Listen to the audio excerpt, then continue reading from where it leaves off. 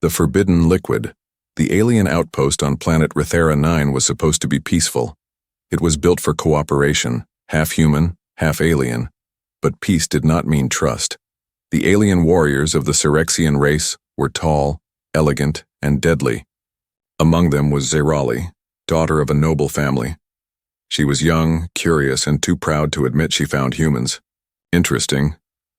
Zerali walked the quiet corridor of the human side of the base. Her long, silver skin shimmered under the pale lights.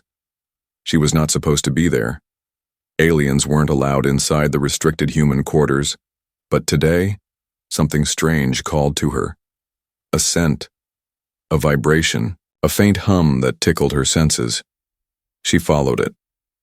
At the end of the hall, she found an open door, unusual. Inside was a small room filled with boxes and containers, all labeled in Earth script. Most meant nothing to her, but one container glowed faint blue. A small vial sat on top, pulsing with light. It was cold. The label read, Project V9X, military use only, not for civilian contact. Zerali tilted her head. Project V? She sniffed it. The scent was sweet, and strangely, warm. A strange heat stirred inside her even before she drank. Probably just a human energy tonic, she thought. She opened the vial and swallowed the liquid. At first, nothing happened. Then her chest tightened, her vision blurred. She gasped, leaning against the wall as her knees weakened. Her body temperature shot up. Her heart pounded fast and wild. Her senses exploded, every sound louder, every smell sharper. But worst of all, her thoughts changed. She saw Corporal Hayes in her mind, a human soldier, strong, calm, always watching her with careful eyes. He had annoyed her, confused her. But now her body screamed for him. No, she growled to herself, shaking her head. What is this? But it was too late. The serum had already rewritten her biology. Meanwhile, Hayes was in the training hall, practicing with combat drones. Sweat rolled down his arms. His shirt clung to his skin.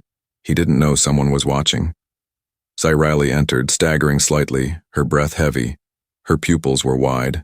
Her silver skin shimmered brighter than ever. Zerali? Hayes said, surprised. What are you doing in here? You don't look well.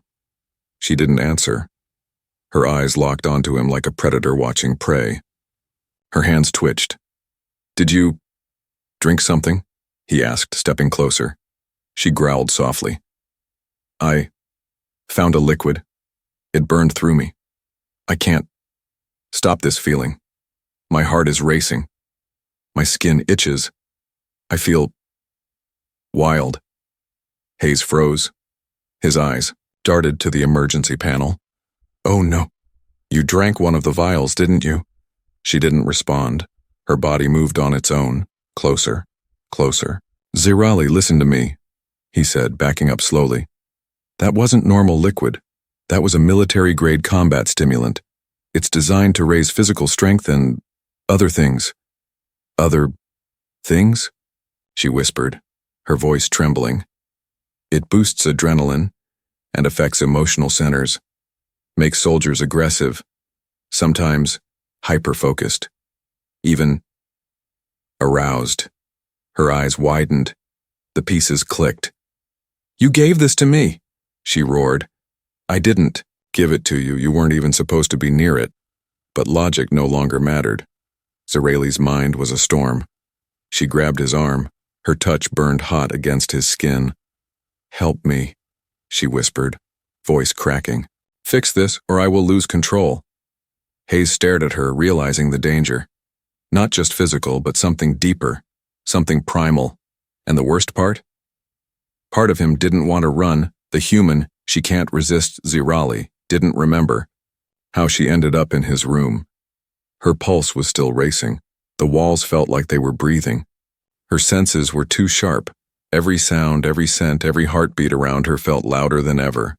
Especially his, Hayes, the one human she couldn't figure out. Always calm, always distant. But now, His presence was the only thing keeping her from falling apart. She sat on the floor, trembling. Her hands clenched her own arms to stop them from reaching for him. Hayes stood by the door, unsure what to do. He'd locked it behind him, protocol. He had called medical, but help was 20 minutes out.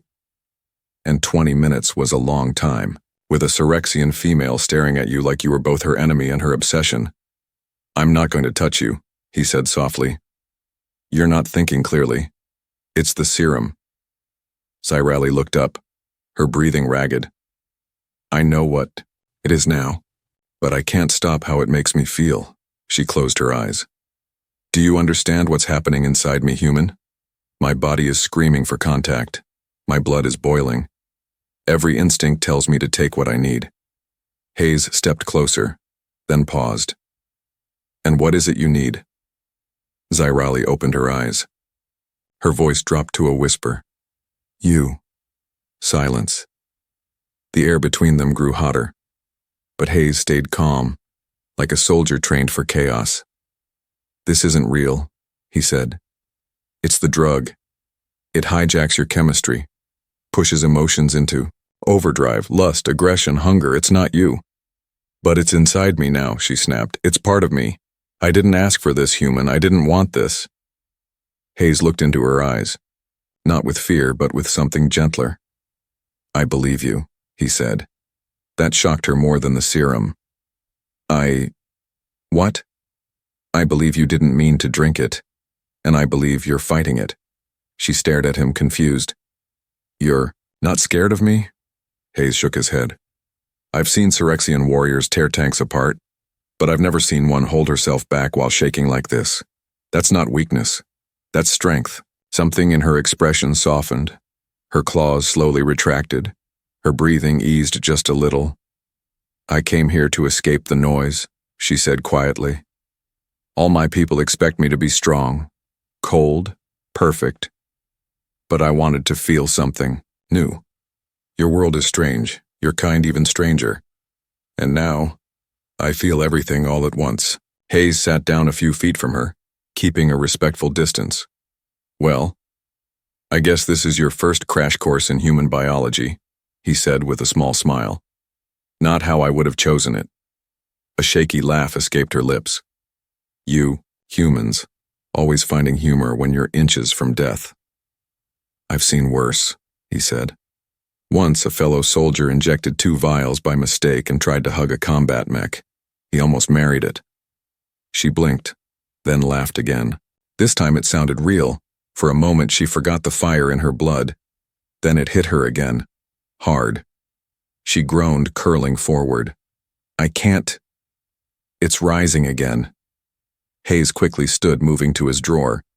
He grabbed a small injector, gun and a silver tube marked with a red band. "What is that?" she asked between breaths. "Anti-serum. Slows the effects, calms the nervous system. But it was made for humans. It might not work on you." Cyrali didn't hesitate. "Do it." He knelt beside her and pressed the injector to her neck. It hissed. She jerked, then gasped. The effect wasn't instant, but the edge faded. The heat cooled. Her vision steadied. Then something strange happened. Tears welled in her eyes. "Thank you," she whispered, "for not treating me like a monster." Hayes didn't move. He only nodded. "You're not a monster, Cyrali," he said. "You're just experiencing your first human mistake." Unspoken desires in a locked room. Cyrali sat quietly in the corner of the human's room, her back against the cold wall, eyes half closed. The anti-serum had slowed the heat burning inside her, but it hadn't erased it. The strange hunger still pulsed deep in her chest. Less like a fire now, more like an ache. She didn't trust herself to speak. Corporal Hayes remained silent too. He stood by the small desk, arms crossed, watching her carefully, not as a guard, not as a soldier, but as someone trying to understand something he couldn't explain. The room was locked. The medical team still hadn't arrived. Minutes passed, long and heavy. Then Zirali finally broke the silence. Do you think I've changed forever? Hayes turned to face her. I don't know. That serum was never tested on Syrexians. Your body could reject it. Or it might adapt. She swallowed hard. I feel like I'm someone else now. My skin still burns where you touched me. Hayes didn't answer. Instead, he asked, What do you remember? Right after you drank it? Zirali's silver eyes narrowed. Everything. My senses exploded. It was like my body stopped being mine. Every instinct screamed to mate, to fight, to dominate. And in the middle of all that chaos, your face appeared. Hayes blinked. Why me? Zirali looked away. Maybe because you're the only human who never looked at me like I was strange. You never flirted, never feared me. You just existed, calm and still, like gravity. That surprised Hayes. He didn't know what to say, so she continued. I think that calmness is what drew me. It made me feel safe.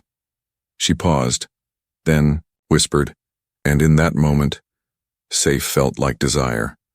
Hayes finally moved. He stepped forward, kneeling beside her, careful not to touch. Zirali, listen to me. You are not a weapon. You are not a mistake. And you're not just some experiment gone wrong. Her eyes flicked up to meet his. You're still you, he said. The fact that you're holding yourself back, thinking clearly, even now, proves it. But I want to touch you, she admitted, voice shaking. Not out of rage, not out of need, but because something inside me says it would feel right. Silence again. Hayes looked away, jaw tightening. I'm human. You're Syrexian. This is complicated, he said quietly. Zirali gave a soft, bitter laugh. Is it? Or are you just afraid? He met her eyes again, sharper this time. Of what? That if you let me, you might want it too. That hit harder than any plasma blast. For a moment, Hayes saw something raw in her, something real. She wasn't just fighting the serum. She was fighting herself, a proud warrior trying not to fall apart in front of the one person who might understand. I'm not made to feel this much, Zirali whispered. But I do now. And that scares me more than any battle. Hayes finally gave in to instinct. Slowly, carefully, he reached out and then placed his hand gently over hers. Her fingers twitched. She didn't pull away. Neither spoke. They just sat there, alien and human, soldier and warrior, hands together in the silence of a locked room. Outside, the hallway remained quiet, but something inside the room had shifted. Not passion, not desire, something deeper. When her people found out, the door slammed open. Syrexian. Guards poured into the hallway, tall, armored, armed, and furious. The lead warrior, Commander Vether, wore a face carved from stone. The emergency alert had finally reached the alien side of the base. They knew one of their own was exposed to a human substance, but they didn't know the full truth, and they weren't interested in waiting. Inside the room, Hayes stood up instantly, shielding Zirali as the door unlocked from the outside. The guards burst in. They saw her on the floor, saw the human's hand on hers, and misread everything. Commander Vether growled, "Step away from her, human." Zirali blinked, still dizzy from the serum's lingering effects. No, he didn't, but she wasn't allowed to finish. Two Syrexians grabbed her gently but firmly, helping her to her feet. You've been contaminated, Vether said. You require isolation and cleansing. Zirali struggled. You don't understand, I drank it by mistake. Hayes tried to help me. Another guard pushed Hayes back against the wall. He didn't fight. Yet, but his eyes never left Zirali. Take your hands off me, she hissed. I'm not sick. I'm not broken. But Vether only nodded coldly. You are not yourself, Zirali. This human made you feel shameful urges. He is the danger. That's not true, she shouted. But it was too late. She was dragged out of the room, head held high but her eyes begging Hayes not to let them twist the truth. An hour later, Hayes stood in front of General Harrow, the base's human commander. "They're accusing you of violating her body," Harrow said, eyebrows raised. Hayes slammed his fist on the desk. "I didn't touch her like that. I gave her the anti-serum and tried to keep her calm. She drank the vial on her own." "But her people believe otherwise," Harrow said. "And in their culture, what you didn't do is more offensive than what you did." "What does that mean?" Harrow sighed. "They believe you left her in a state of unresolved arousal. That's a grave insult to someone of her caste. It's seen as a rejection of her warriorhood." Hayes blinked, stunned. "So now I'm being punished for not—" "Careful, Corporal." Hayes stepped back, breath sharp. "What will happen to her?" Harrow looked grim. "Likely exile. Maybe worse. Her people don't tolerate dishonored females, especially not ones who show emotional weakness." Hayes's voice turned hard. "She didn't show weakness. She showed strength. But that's not how they see it."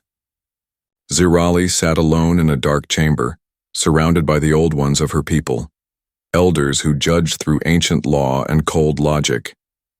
"You entered the humans' private quarters without clearance," one elder said. "You ingested a foreign chemical. Then you did not take him, though the serum demanded it." "I chose not to," she said calmly. "That choice is the problem," another elder spat. "You let the humans' rejection make you soft." Zirali stood up. "I was stronger than the serum," she said. "Stronger than instinct and stronger than you." Gasps echoed. The elders had not expected defiance, and that made her dangerous. Back in the human sector, Hayes geared up. He wasn't going to let politics decide her fate, not after what they'd shared in that quiet moment. Not when he knew. She had fought the serum not with muscle, but with heart. Trial by fire and flesh, a giant ring of stone was lit with flames. The Syrexian people had gathered in silence. No war drums, no chants. This wasn't a celebration. This was judgment. In the center stood Zirali, stripped of her rank, wearing only ceremonial armor, light and symbolic, offering no protection. Her eyes were calm, her face unreadable. But inside, her heart thundered. She had been sentenced to a Kyrel, the trial of purity, an ancient and brutal Syrexian ritual for those accused of being corrupted by outsiders. She had to survive 3 rounds: pain, temptation, and resistance. And she had to do it alone, or so they thought. Hidden in the shadows above, Corporal Hayes crouched behind a heat vent on the upper balcony of the alien arena. He'd broken base protocol, bypassed security, stole a Syrexian translator node. He wasn't supposed to be here.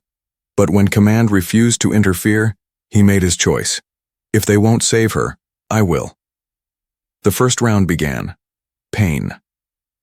A warrior stepped forward, swinging a charged lash across Zirali's back. Not once, not twice, 12 times. But she did not scream.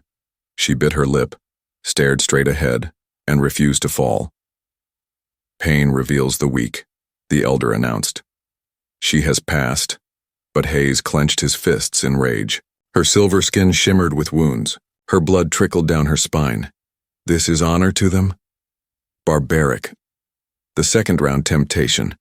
A young male Syrexian entered the circle, taller than Zirali, covered in golden paint. His job was clear: arouse her, seduce her, test her control. He circled her slowly, whispered to her, brushed her arm. Zirali stood still even as her heart raced again, not from desire, but from fury. When the male touched her face, she struck him with a single open-handed blow. He flew back 5 feet and hit the ground hard. The crowd gasped. "I need no partner forced upon me," she growled. The elders whispered. Murmurs of shame and curiosity. The final round. Resistance. A test of the mind. She would be shown her worst fear through memory simulation, triggered by a neural collar placed around her neck. Zirali stood tall. The collar clicked, and suddenly, she was back in that small human room, She could smell Hayes again, feel the serum burning her blood, hear her own voice shaking. And then, Hayes stepped forward in the vision. But this time, he turned his back. He left her, alone, rejected, worthless. Her hands shook. In the real world, the crowd watched as she dropped to her knees, trembling, silent. But then, from the shadows above, a gunshot rang out. The simulation collar exploded in sparks and smoke. Gasps echoed across the arena. All eyes turned to the upper ledge. Hayes leapt down into the arena, landing hard beside her. Dust rose around him. Zirali's eyes widened. "What are you doing?" He helped her up gently. "Finishing what we started." The Syrexian guard surrounded them instantly, but paused at the elder's raised hand. Commander Vethar stepped forward, growling, "You dare interrupt." "The sacred trial?" "I do," Hayes said firmly, "because it's a lie." "She passed all 3 rounds," Zirali shouted. "Without failure." The elder narrowed his eyes. "Then why is the human here?" Hayes looked directly at him. "Because she's not corrupted by humanity," he said. "She's stronger because of it." For a long moment no one spoke. Then slowly some Syrexians in the crowd began to nod. Whispers turned into murmurs. Murmurs into tension. One female warrior shouted, "She resisted pain, resisted desire, and even resisted us. That's strength." The tide was shifting. The elder saw it, his grip on control slipping. That night, in the quiet of the infirmary, Hayes sat beside Zirali. Her back was bandaged, her body resting. "You saved me," she whispered. He shook his head. "No, you saved yourself. I just reminded them what they forgot."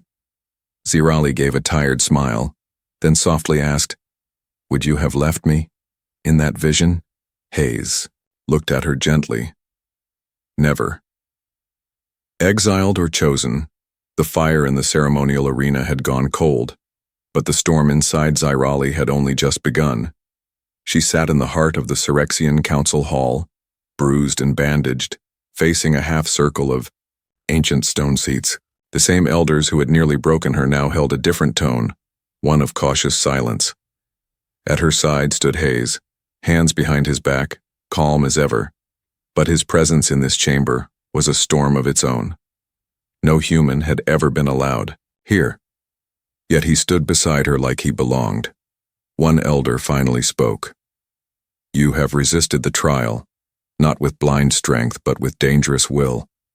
You have shaken tradition," another added. "And yet tradition now fears punishing you, because the crowd saw courage, not corruption." Zirali didn't bow, didn't flinch. "I didn't fight for your approval," she said softly. "I fought to remind myself who I am." The chamber fell quiet again. Then the elder spoke words she didn't expect. "You may walk free, but never again as one of us." The sentence struck like ice. Zirali had survived the trial, but would live as a casteless outcast, a ghost to her own people. No name, no clan, no honor. Hayes stepped forward. "You're punishing her for disobedience disguised as survival." "No," the elder said coldly. "We are honoring her with choice." Hayes frowned. "What do you mean?" The elder turned to Zirali. "You have 2 paths now. Return to us, in silence, as Castellus, or walk away from Syrexia forever. With him." Zirali stared at the elder, stunned. The crowd outside would never accept her again, but to live among humans. They would call her traitor, a sympathizer, a slave to desire. But then, she looked at Hayes. He wasn't staring at her like a prize, or a problem. He just waited, patient, still, like gravity again. She turned back to the council. "I choose neither shame nor silence," she said, then turned to Hayes. "I choose him." The air seemed to freeze. The words hung heavy in the hall. Hayes didn't speak. He didn't need to. Zirali walked across the stone floor and stood beside him, this time as an equal. The elder gave a small nod. Then you are no longer Syrexian, he said. You are something new. 2 hours later, they stood at the edge of the launch bay. Cyrali wore human armor now, light gray with Syrexian trim stitched into the chest. Hayes's idea, a symbol of both worlds. As they waited for the shuttle, she spoke without looking at him. You're quiet. I'm processing, he said. Processing what? That you gave up everything. She finally looked at him. No, she said. I earned something new. Then she stepped closer. You gave me space to fight myself. You didn't try to own me. You didn't run when I was dangerous, and you never asked for anything in return. Hayes gave a small smile. Didn't have to. You're the strongest person I've ever met. Cyrali looked up at the stars. Where do we go now? Hayes shrugged. Anywhere that doesn't lock. You in a box? She smiled. You're strange, human. And you're finally free, alien. K. The bond no serum could break. The sirens wailed through the base at dawn. Red lights painted the halls. All personnel were ordered to defensive positions, but no one could identify the source of the breach. No ships detected. No energy signals. Just a sound. A low pulsing hum, like a heartbeat underground. Hayes sprinted through the corridor, side by side with Cyrali, now in full hybrid gear, human exoboots and Syrexian plasma claws. Together they were no longer soldier and outsider, they were something new, something lethal. Emergency alert says there's movement in sub-level 9, Hayes said, voice sharp. That level's been sealed for years. Cyrali narrowed her eyes. Then someone, or something, unsealed it. They reached the lower deck just as a blast tore through the bulkhead. From the smoke came shapes, black, spider-like machines crawling on the walls, legs sharp like swords. Unmarked, silent. Fast Hayes aimed and fired. Cyrali launched forward with a snarl, claws lighting up. They moved as one, fluid, synced. Years of training between Hayes and other humans had never felt this natural. Even in chaos, she read his body. He trusted her instincts. When one drone tried to flank her blind spot, Hayes dove and tackled it, crushing its head with a single booted stomp. When a drone fired a plasma dart at Hayes's side, Cyrali leapt and took the hit instead. But it didn't pierce her armor. I've got your back, she growled. You always do, he replied. Up above, the base commander shouted over the comms. Unknown tech, non-human, non-Syrexian. It's not from this war zone. Cyrali froze. She looked at one of the drone fragments and whispered, These are hollow-born. Machines from a dead system beyond the dark edge. Hayes frowned. How do you know that? She stared at the drone's inner wiring. Because my mother told me stories. Stories of a species that feared emotion so much. They uploaded their minds into machines and purged all feeling. Hayes looked down at the smoldering machine. So they fear what you became. Cyrali nodded. They fear connection. They fear us. Suddenly the floor rumbled again. Heavier this time. From the breach emerged a towering hollow-born mech, 10 feet tall, crackling with void energy. Target hybrid anomaly detected, it said in a voice like frozen glass. Its cannon powered up. Cyrali stepped in front of Hayes. No, Hayes said. Together. He grabbed her hand without fear, without hesitation, and in that moment something pulsed between them. The serum that once burned in her veins activated again, but not from heat or shame. From bond, not chemical. Not forced, chosen. Her claws lit brighter than ever. Hayes's weapon interface synced with her energy. They didn't speak. They charged. Together, they flipped over the mech's blast, cutting wires, dodging limbs, pushing through the gravity field. The machine emitted. Hayes slammed a concussion grenade under its core. Cyrali slashed the neural spine. The mech collapsed with a final shriek.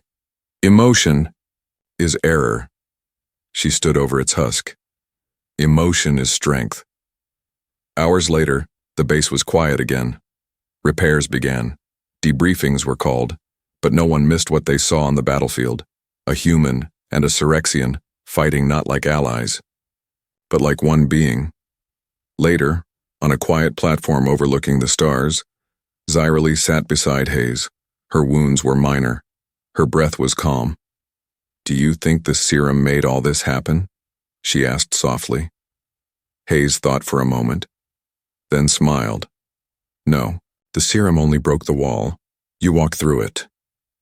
Zyrily looked down at her hand, scarred, strong.